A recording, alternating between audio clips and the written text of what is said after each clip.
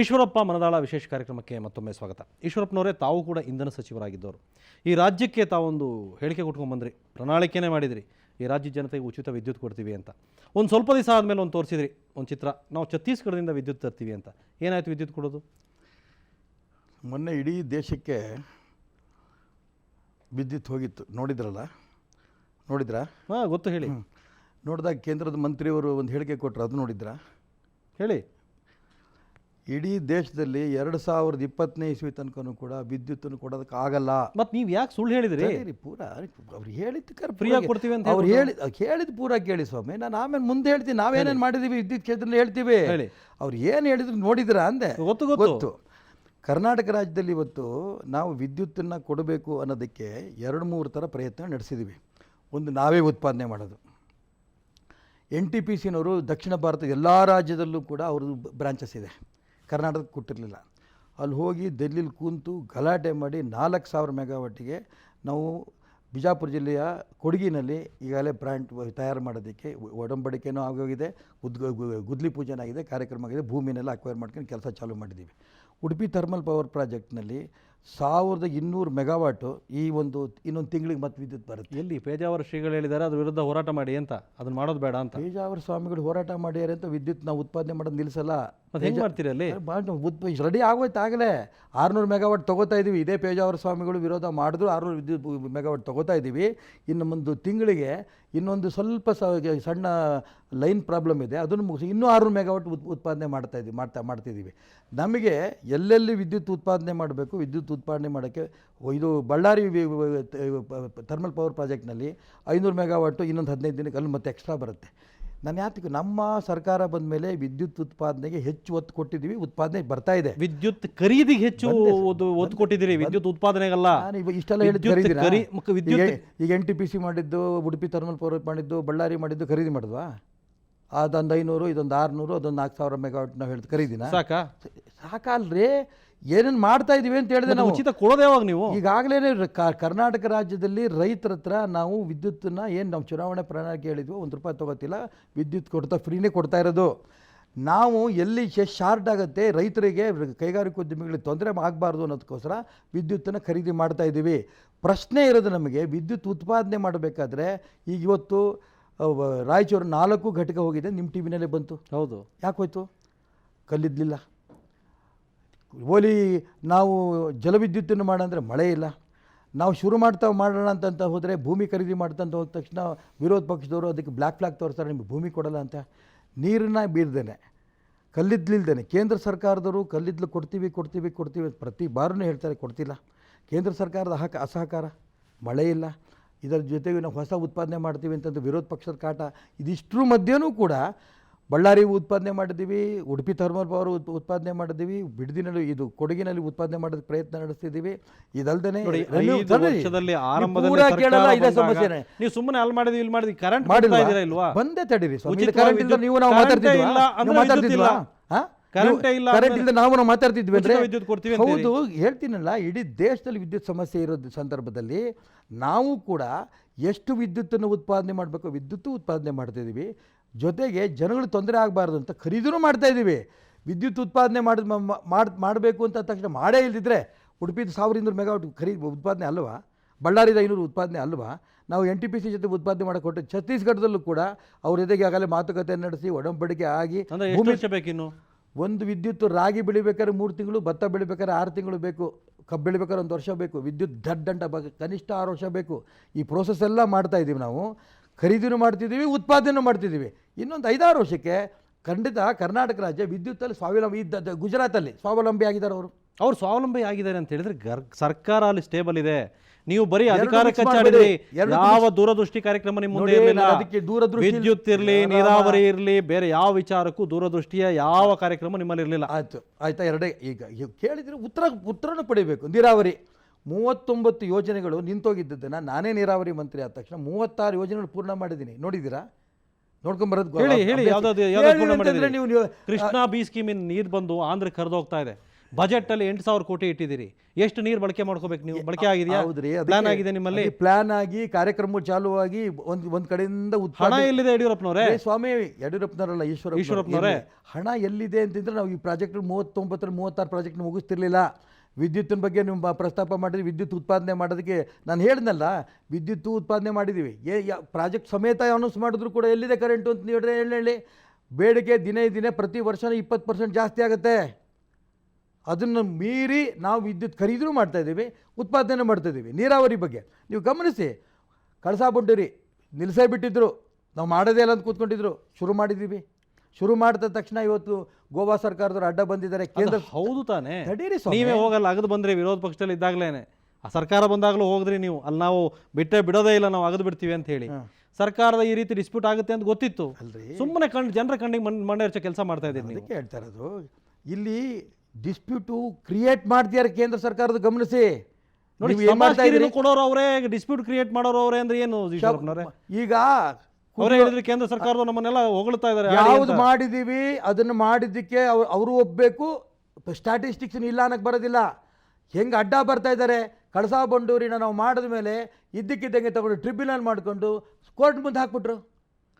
ಮಾಡಿದ್ದು ಇದಕ್ಕೆ ಇಡೀ ಒಂದು ಉತ್ತರ ಕರ್ನಾಟಕದಲ್ಲಿ ಭಾರತೀಯ ಜನತಾ ಪಾರ್ಟಿಯ ಸರ್ಕಾರಕ್ಕೆ ಯಾಕೆ ಮೆಚ್ತಾ ಇದ್ದಾರೆ? ಕಳಸಾ ಬಂಡೂರಿನ ಇವರು ಎಲ್ಲ ಎದುಗಾರಿಕೆ ತೋರಿಸಿ ಇದನ್ನು ಆರಂಭ ಮಾಡಿದ್ರು, ಸಂತೋಷ ಪಡ್ತಾರೆ. ಇನ್ನು ನೀರೆಲ್ಲೇ ತಂದೇ ಬಿಡ್ತಾರೋ, ಈ ಸರ್ಕಾರಕ್ಕೆ ಒಳ್ಳೇದಾಗುತ್ತೋ, ಕೇಂದ್ರ ಸರ್ಕಾರ ಒಳ್ಳೇದು ಮಾಡೋದು ಬಿಟ್ಟು ಅಡ್ಡ ಬರೋಂಥ ಸಂದರ್ಭದಲ್ಲಿ ನೀವು ಯಾವುದನ್ನು ಹೊಗಳಬೇಕು? ಅವ್ರು ಅಡ್ಡ ಬಂದಿದ್ದು ಹೊಗಳಬೇಕು. ಅವ್ರು ಬರ್ತಾರೆ ಅಂತ ಗೊತ್ತಿದ್ರೂ ನೀವು ಯಾಕೆ ಚಾಲೂ ಮಾಡಕ್ಕೆ ಕೊಟ್ಟಿದ್ದೀರಿ ಅಂತ ಅಗಿಯಾಕೆ ಕೊಟ್ಟಿದ್ದೀರಿ ಅಂತೀರಲ್ಲ. ಏನು ಪ್ರಶ್ನೆಗಳು ನೀವು ಪ್ರಶ್ನೆ ಕೇಳಬೇಕಾದ್ರೂ ಕೂಡ ಏನು ಪ್ರಶ್ನೆಗಳು ಕೇಳ್ತಾ ಇದ್ದೀನಿ, ಜನ ಮೆಚ್ಚಂತ ಪ್ರಶ್ನೆ ಕೇಳ್ತಾರೆ ಅಂತ ಗಮನಿಸಿ. ನೋಡಿ, ಕಳಸಾ ಬಂಡೂರಿ ಆರಂಭ ಮಾಡಿದ ಹೌದಾ? ಜೈ ನೋಡಿ, ಆರಂಭ ಮಾಡಿದ ಹೋಗಲ್ಲ. ಒಂದು ಗುದ್ಲಿ ತಗೊಂಡು ಆಗದು ನಾನು ಉದ್ಘಾಟನೆ ಮಾಡಿದ್ದೀನಿ, ನಾವು ನಾಳೆಯಿಂದ ನೀರು ಬರ್ತದೆ ಬಂದ್ಬಿಡುತ್ತಾ? ಸರ್ಕಾರದಲ್ಲಿ ಸಿಸ್ಟಮೆಟಿಕ್ ಪ್ಲಾನ್ ಮಾಡಬೇಕು, ಕಾನೂನಿದೆ ಅದಕ್ಕೆ. ಈ ನೋಡಿ, ಈ ದೇಶದ ಸಂಪತ್ತುಗಳೆಲ್ಲರೂ ಕೂಡ ಎಲ್ಲರಿಗೂ ಸೇರಿದ್ದು. ಹಾಗಾಗಿ ಬೇರೆ ಬೇರೆ ಸರ್ಕಾರಗಳಿದೆ, ಅದೊಂದು ಕಾನೂನುಗಳಿದಾವೆ, ಅದ್ರ ಪ್ರಕಾರ ಮಾಡಬೇಕು. ನೀವು ವಿರೋಧ ಪಕ್ಷದವ್ರ ತರ ನಾನು ಅಲ್ಲಿ ನೀರು ಬರ್ಸ್ಬಿಡ್ತೀವಿ, ಗೋವಾದವ್ರು ಏನ್ ಮಾಡ್ತಾರೆ ನೋಡೋಣ, ಹಾಗಾಗತ್ತಾ? ನೀವೀಗ ಕಳಸಾ ಬಂಡೂರಿ ನೀರು ಬಂದ್ಬಿಡುತ್ತೆ, ನಾವು ಮೆಚ್ತಾ ಇದ್ದಾರೆ. ಉತ್ತರ ಕರ್ನಾಟಕ ಎಲ್ಲಿ ಮೆಚ್ತಾ ಇದ್ದಾರೆ? ಗೋವಾದವರು ಅಡ್ಡ ಬಂದ್ಬಿಡ್ತಾರೆ ಅಂತ ಗೊತ್ತಿದ್ದು ಕೊಟ್ಟು ನಾನು ಮಾಡ್ತೀನಿ, ನಾನು ಮಾಡೇ ಮಾಡ್ತೀನಿ ಅಂತ ಹೇಳ್ದ. ನಾನು ಹೇಳ್ದಿಲ್ಲ ಸ್ವಾಮಿ, ನಮ್ಮ ಭೂಮಿ ಕರ್ನಾಟಕ ಭೂಮಿ, ಕರ್ನಾಟಕದ ನದಿ ನೀರು, ನಮ್ಮ ದುಡ್ಡು ಚಾಲು ಮಾಡ್ತಿದ್ವಿ ರೀ ಅಂತಂದಾಗ ಇವ್ರು ಕೇಂದ್ರ ಸರ್ಕಾರದವರು ಗೋವಾದವ್ರು ಕನ್ವಿನ್ಸ್ ಮಾಡೋದು. ನಾನು ಹೋದ 4 ಸರಿ ಬಂದೆ. ನಾನು ಖಂಡಿತ ಗೋವಾದ ಮುಖ್ಯಮಂತ್ರಿನ ಕರೆದು ನಾವು ಮಾತುಕತೆ ಮಾಡಿ ಒಪ್ಪಿಸ್ತೀವಿ ಅಂತಂದರು. 4 ಸರಿನೂ ಹೇಳಿದ್ರು, ಮಾಡಲಿಲ್ಲ. ಕೊನೆಗೆ ಕೇಂದ್ರ ಸರ್ಕಾರ ಸುಪ್ರೀಂ ಕೋರ್ಟ್ಗೆ ಅವ್ರು ಹೋದರು. ಗೋವಾದವರು ಕೋರ್ಟ್ನಲ್ಲಿ ಅವ್ರು ಕೇಳ್ತು ಕೇಂದ್ರ ಸರ್ಕಾರಕ್ಕೆ, ಇವ್ರು ನೀರು ಕೊಡಬೇಕು ಅಂತ. ಹೌದಾ, ನಿಮ್ಮ ಉತ್ತರ ಏನು? ಕೊನೆಗೂ ಉತ್ತರ ಕೊಡಲಿಲ್ಲ. ಕೊನೆಗೆ ಏನು ಮಾಡಿದ್ರು? ಟ್ರಿಬ್ಯುನಲ್ಗೆ ಹಾಕ್ಬಿಟ್ರು. ನಿಮ್ಮ ಸಾಧನೆ ಏನು ಅಲ್ಟಿಮೇಟ್ ಹೇಳಿ ಈಶ್ವರಪ್ಪನವರೇ. ನೋಡಿ, ನೀರಾವರಿ ವಿಚಾರಕ್ಕೆ ಹೋದ್ರೆ ಗೊಂದಲ, ಕೃಷಿಕರ ವಿಚಾರಕ್ಕೆ ಹೋದ್ರೆ ರಸಗೊಬ್ಬರ ಕೊಡ್ಲಿಲ್ಲ, ಕಳಪೆ ಗುಣಮಟ್ಟದ ಬೀಜ, ಅಲ್ಲಿ ರೈತರ ಜೊತೆ ನೀವು ಹೇಳ್ತಾ ಇದ್ರೆ ಅಷ್ಟೇ, ಯಾವ ರೈತನು ಹೇಳಿಲ್ಲ. ಎಷ್ಟು ರೈತರು ಹೋರಾಟ ಮಾಡಿದ್ರು? ದಾವಣಗೆರೆಯಿಂದ ಎಷ್ಟು ರೈತರು ಬಂದ್ರು? ನಿಮಗೆ ಯಾವುದೋ ಕಾಲದ ಹೇಳಬೇಡಿ, ಯಾವುದೋ ಕಾಲದ್ದಲ್ಲ, ನಿಮ್ಮ ಸರ್ಕಾರ ವಿದ್ಯುತ್ ವಿಚಾರ ಹೋದ್ರೆ ಅಲ್ಲಿ ಗೊಂದಲ. ಎಲ್ಲಾ ವಿಚಾರದಲ್ಲೂ ಕೂಡ ಯಾವ್ದು ಸಿಸ್ಟಮೆಟಿಕ್ ಆಗಿ ಮಾಡಿದ್ರಿ? ಯಾವ್ದು ಗೊತ್ತಿಲ್ಲ, ಒಂದೊಂದೇ ಹೇಳಿ. ನೋಡಿ, ಫಸ್ಟ್ ಕೃಷಿದು ಹೇಳಿ. ಅದು ಕೃಷಿಕರಿಗೆ ಏನ್ ಮಾಡಿದಿರಿ ನೀವು? ಏನ್ ಮಾಡಿದೀವಿ ಅಂತಂದ್ರೆ, ಇಡೀ ದೇಶದಲ್ಲಿ ಸಾಲವನ್ನ 0% ಮಾಡಿದಂತ ಮೊದಲನೇ ಸರ್ಕಾರ. ಎಷ್ಟು ಹಾಕಿದ್ರಿ ಕೇಳ್ರಿ? ಸಾಲ ಮನ್ನಾ ಮಾಡಕ್ಕೆ ಯಾವ್ದಕ್ಕೆ ಟ್ಯಾಕ್ಸ್ ಹಾಕಿಲ್ವಾ ನೀವು? ಎಷ್ಟು ಜಾಸ್ತಿ ಮಾಡಿದ್ರಿ? ಯಾವ್ದಕ್ಕೆ ಟ್ಯಾಕ್ಸ್ ಹಾಕಿದ್ರಿ? ವ್ಯಾಟ್ 14% ಮಾಡಲಿಲ್ಲ. ಯಾವ್ದಕ್ಕೆ?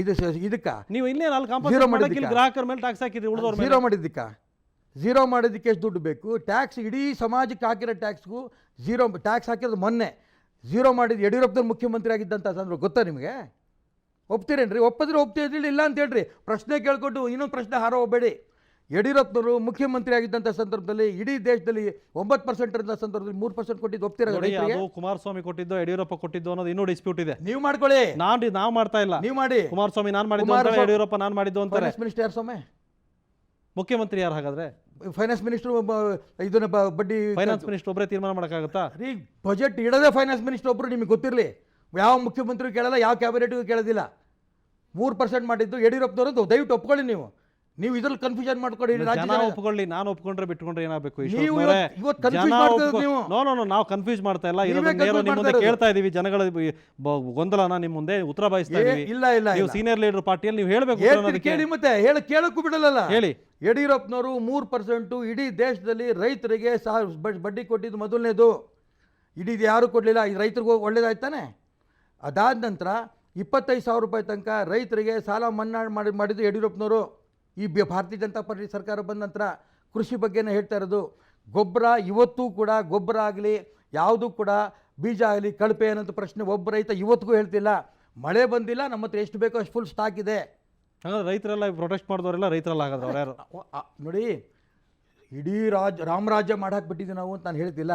ಅಲ್ಲೊಂದು ಇಲ್ಲೊಂದು ಸಮಸ್ಯೆ ಬಂದಿರುತ್ತೆ. ಕೃಷಿಕರಿಗೆ ಇದು ಕೊಡ್ಲಿಲ್ಲ, ಏನ್ ಕೊಡ್ಲಿಲ್ಲ? ಇನ್ನೊಂದೇನೋ ನಾವು ಇಂಡಸ್ಟ್ರಿ ಮಾಡ್ತೀವಿ, ಏನ್ ಕೊಡ್ಲಿಲ್ಲ ಹೇಳ್ರಿ? ನೀವು ಇದನ್ನ ಹೇಳ್ತಾ ಇದ್ರಲ್ಲ ಕೃಷಿಕರಿಗೆ ರಸಗೊಬ್ಬರದ್ದು ಪ್ರೊಟೆಸ್ಟ್ ಮಾಡಿದ್ದಿಲ್ಲ, ಎಲ್ಲ ಇದೆ ಸರಿ ಇದೆ ಅಂದ್ರಿ. ಇನ್ನೊಂದ್ ಕಡೆ ರೈತರು ಭೂಮಿ ಕಿತ್ಕೋತಾ ಇದ್ದಾರೆ.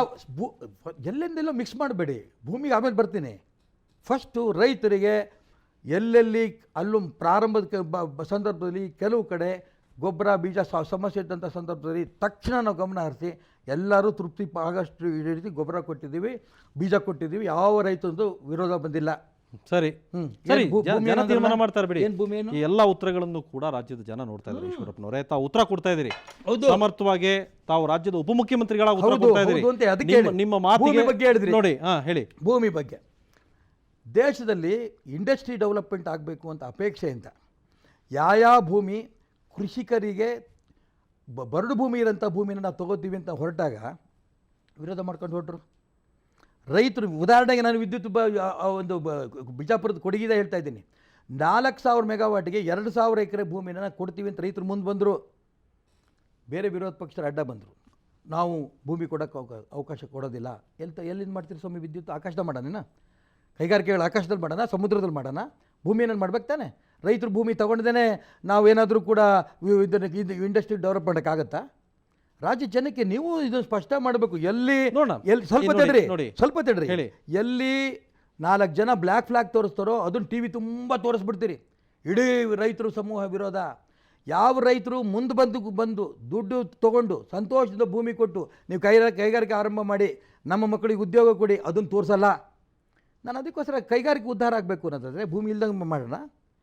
ನಾವು ಕೃಷಿಕರಿಗೆ ಏನೇನು ಅಭಿವೃದ್ಧಿ ಸಾಲ ಹೆಂಗೆ ಮನ್ನಾ ಮಾಡಿದ್ದೀವಿ, ಯಾವ ರೀತಿ ನಾವು ನೀರಾವರಿ ಡೆವಲಪ್ಮೆಂಟ್ ಮಾಡಿದ್ದೀವಿ, ಇದಕ್ಕೆ ಕೇಳಿದಾಗ ಇದಕ್ಕೆ ನೀವು ಅದ್ರ ಬಗ್ಗೆ ಪಾಸಿಟಿವ್ ಆಗಿ ಹೇಳೋಕ್ಕಲ್ಲ. ಭೂಮಿನ ಕೈಗಾರಿಕೆ ಡೆವಲಪ್ ಮಾಡ್ತೀವಿ, ಭೂಮಿ ತೊಗೊಂಡೇ ನಾವು ಡೆವಲಪ್ ಮಾಡಬೇಕು. ಯಾಕೆಂದರೆ ಬಿಜಾಪುರದಲ್ಲಿ ಅವ್ರು ಭೂಮಿ ಕೊಡಬೇಕು ಅಂತ ಮುಂದೆ ಬಂದಾಗ ಅದೇ ರೈತರು ಹೇಳಿದ್ರು, ರೀ ನಮ್ಮ ಮಕ್ಕಳಿಗೆ ಉದ್ಯೋಗ ಬರುತ್ತೆ, ಎಲ್ಲಿಂದ ಅವರು ವಿದ್ಯುತ್ ಉತ್ಪಾದನೆ ಮಾಡೋಕ್ಕೂ ಸಮುದ್ರದಲ್ಲಿ ಮಾಡೋಕ್ಕಾಗೋದಿಲ್ಲ, ದಯವಿಟ್ಟು ನೀವು ಸುಮ್ಮನಿರಿ ಅಂತ ಆದಮೇಲೆ ಇವತ್ತು ಅಷ್ಟು ರೈತರು ಭೂಮಿ ಕೊಟ್ಟಿದ್ದಾರೆ, ಅಲ್ಲಿ ಪ್ರಾಜೆಕ್ಟ್ ಬರ್ತಾರೆ. ಸರಿ ಸರಿ, ನೋಡೋಣ. ಈಗ ರೈತರ ಬಗ್ಗೆ ತಾವು ಹೇಳಿದಿರಲ್ಲ, ಇದನ್ನೆಲ್ಲ ಮಾಡಿದೀವಿ ನಾವು ಅಂತ ಹೇಳಿ, ಇದನ್ನೆಲ್ಲ ನೀವು ಒಪ್ಕೊಳ್ಳಿ ಅಂತ ನಮಗೂ ಹೇಳ್ತಾ ಇದ್ರೆ, ಜನಕ್ಕೂ ಹೇಳ್ತಾ ಇದ್ದೀರಲ್ಲ. ನೋಡೋಣ, ಲೆಟ್ ಜನಕ್ಕೆ ನಾನು ತೀರ್ಮಾನಕ್ಕೆ ಬಿಡ್ತೀನಿ. ಇನ್ನಷ್ಟು ಮಾತಾಡ್ತೀನಿ. ಅದಕ್ಕೆ ಒಂದು ಚಿಕ್ಕ ಬ್ರೇಕ್.